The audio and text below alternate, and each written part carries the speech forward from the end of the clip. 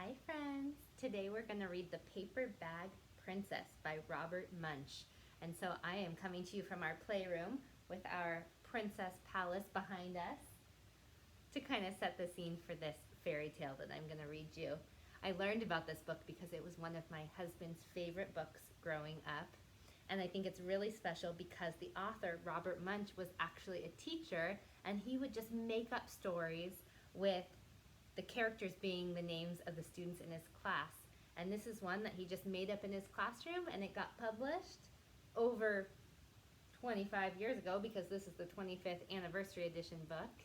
And it's a story that I really like and I'm excited to share with you.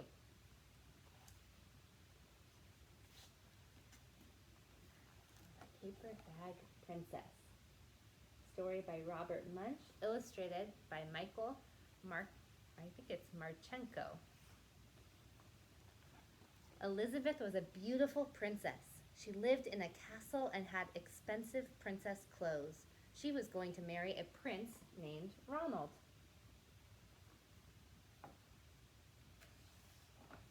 Unfortunately, a dragon smashed her castle, burned all her clothes with his fiery breath, and carried off Prince Ronald.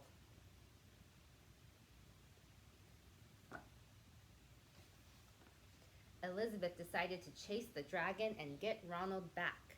She looked everywhere for something to wear, but the only thing she could find that was not burnt was a paper bag. So she put on the paper bag and followed the dragon.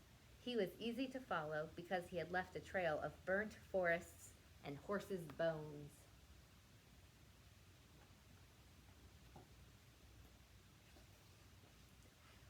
Finally, Elizabeth came to a cave with a large door that had a huge knocker on it.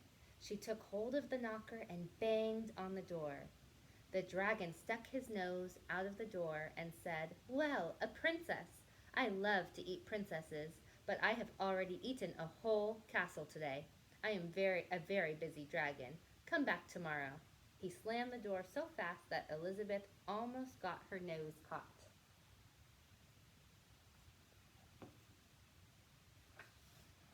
Elizabeth grabbed the knocker and banged on the door again. The dragon stuck his nose out of the door and said, "Go away. I love to eat princesses, but I have already eaten a whole castle today. I am a very busy dragon. Come back tomorrow." "Wait," shouted Elizabeth. "Is it true that you are the smartest and fiercest dragon in the whole world?" "Yes," said the dragon.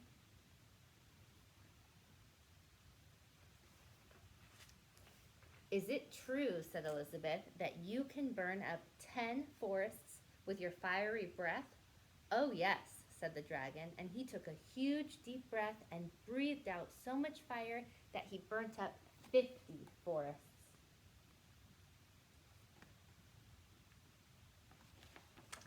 "Fantastic," said Elizabeth, and the dragon took another huge breath and breathed out so much fire that he burnt up 100 forests.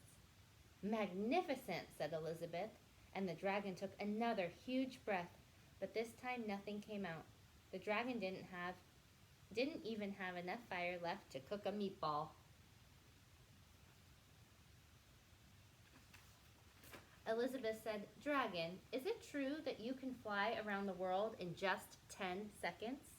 "Why, yes," said the dragon, and jumped up and flew all the way around the world in just 10 seconds. He was very tired when he got back, but Elizabeth shouted, "Fantastic! Do it again." Why do you think Elizabeth is asking him to do these things? Does she just want to see a dragon do fun tricks?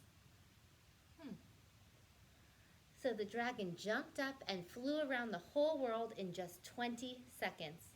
When he got back, he was too tired to talk, and he lay down and went straight to sleep.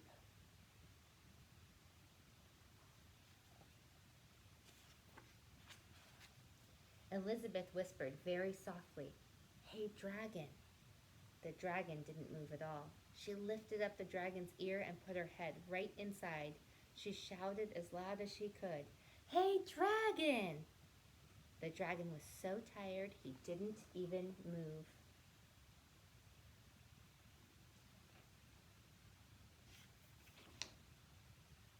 Elizabeth walked right over the dragon and opened the door to the cave.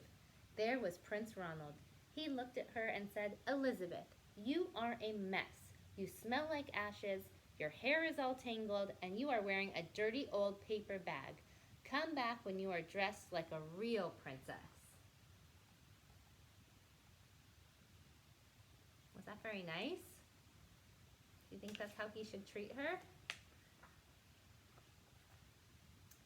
"Ronald," said Elizabeth, "your clothes are nice, your clothes are really pretty, and your hair is very neat. You look like a real prince, but you are a bum." They didn't get married after all.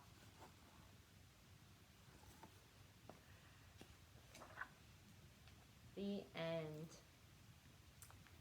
So one thing that I think is so fun about this book is that even though she's a princess, she doesn't care what she looks like. Elizabeth just wants to do the right thing, which is to go save Prince Ronald.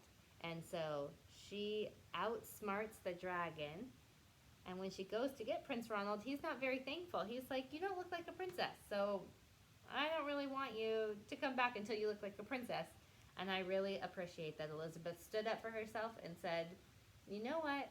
You look nice, but if you don't think that I'm a nice person or somebody that you want to be around with just because of the way I look, then I don't want us to be together." And I love that she goes running off to figure out what her own happily ever after is. That's the type of princess I think I'd like to be. Thanks for reading with me.